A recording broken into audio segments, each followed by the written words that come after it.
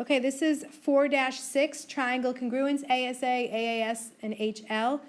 Triangles can be congruent by a lot of possible theorems or postulates. So we have SSS, SAS, ASA, HL, AAS, or you could just say the definition of congruent triangles when we have all sides and angles congruent. So we've been focusing on these shortcuts. So today's lesson focuses just on ASA, AAS, and HL. What's important here is that you notice for ASA, the angle, side, angle have to be consecutive. So it's going angle, side, angle. You cannot skip a spot like here, angle, side, skip a couple of spaces, angles and sides, and go to this angle. This would not be ASA. This bottom one could not be ASA because of that.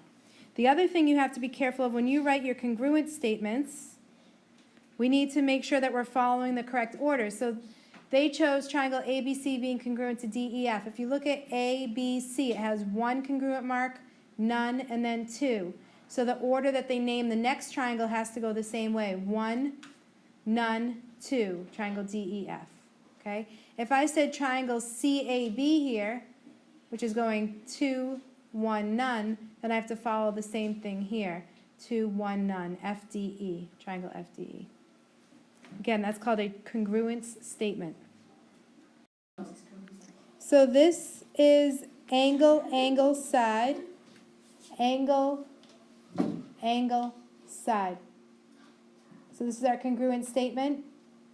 If we start with triangle GHJ, then it has to match triangle KLM based on the amount of arc marks or tick marks that are here.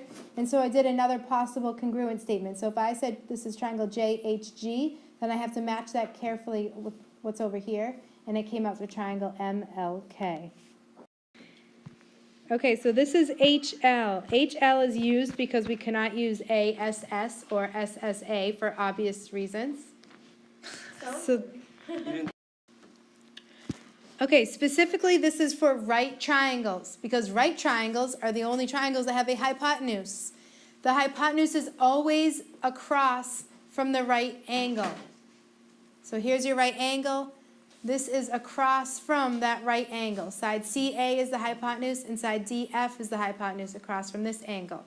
So that's our hypotenuse that we know is congruent.